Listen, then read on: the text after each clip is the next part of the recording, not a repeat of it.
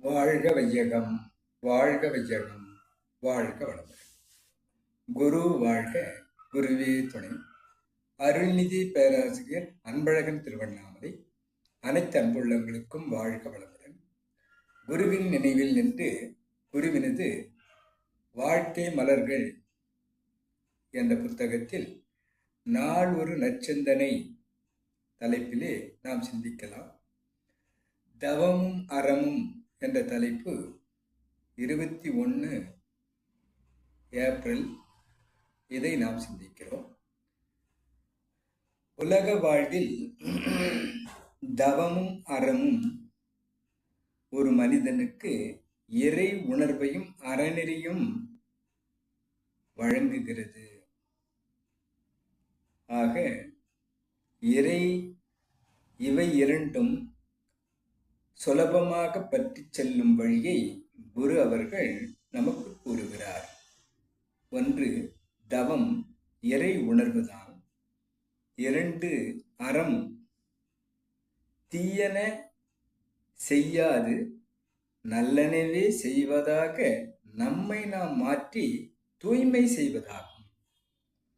மன தூய்மை தவத்தினால் வரும், வினை தூய்மை செயலினால் வரும்.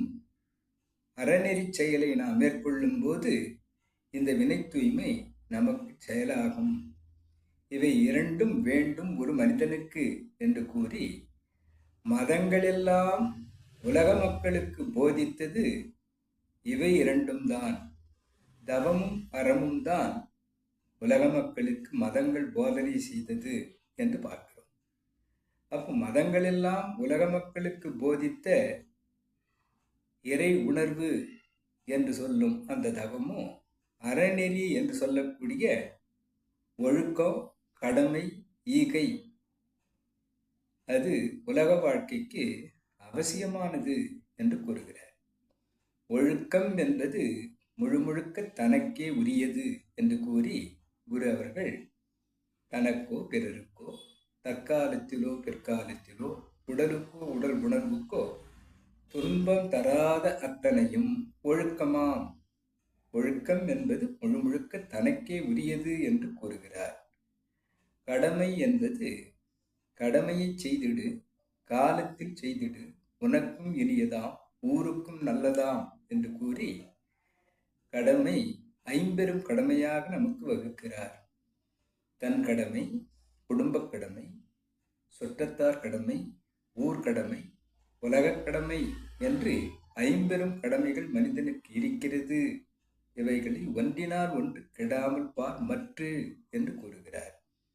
50 கடமையும் மனிதனுக்கு ஆற்ற வேண்டிய ஒன்றுதான். கடமை என்பது தனக்கும் பிறருக்கும் உரியது என்று கூறி, ஈகை முழுக்க பிறருக்கே உரியது. பொருளாலோ,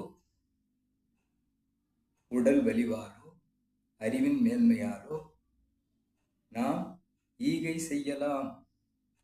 இந்த ஈகை பொருள் ஈட்ட முடியாத வயோதிகள், அங்ககீனத்தவர்களுக்கு செய்யலாம்.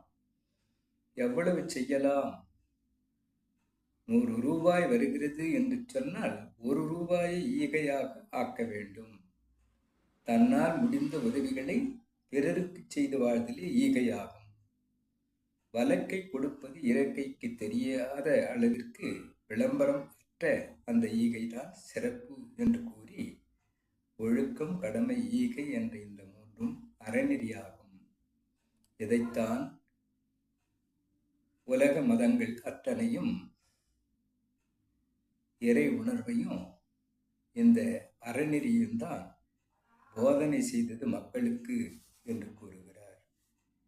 அறிவு மேன்மை தரும் உளப்பயிற்சி, அதுதான் தவப்பயிற்சி, அது தவநெறியாகும். இறைவனை அடைய வழிவகை செய்யும். அறநெறி என்பது தீய செயல்கள் நம்மிடம் வராமல் காத்து நல்லவைகளாக மலர்த்தி நம்மை எப்போதும் தூய்மையில் வைத்திருக்கும். இப்போது இந்த விஞ்ஞான யுகத்தில் கூட நாம் மிக சுருக்கமாக ஒரே வரியில் இந்த கடவுள் நிலையை நாம் சிந்திக்கலாம் என்று கூறுகிறார். எவ்வாறு என்று சொன்னால், கடவுள் போல் வந்து என்னை காப்பாற்றினீர்கள் என்று ஒருவருக்கு நாம் சொல்கிறோம். ஆக கடவுள் போல் வந்து காப்பாற்றினீர்கள் என்று சொன்னால், கடவுள் எவ்வாறு அனைத்து மக்களையும் காத்து ரட்சிக்கிறார்களோ அதே போல் நாம் பிறருக்கு செய்யும் அந்த அறநெறி தனக்கும் பிறருக்கும் பயனுள்ளதாக, சிறப்பு பொருந்தியதாக, நன்மை அளிப்பதாக, தூய்மை செய்வதாக இருக்கிறது. இந்த விஞ்ஞான காலத்திலும் கூட இந்த ஒரு வரியை நாம் சிந்தித்து பார்க்கலாம் என்று கூறி, தவமும் அறமும் என்பது ஒரு மனிதனுக்கு இறை உணர்வதோ அறநெறி பெறுவதோ இவை இரண்டுமே இறை உணர்வதற்கான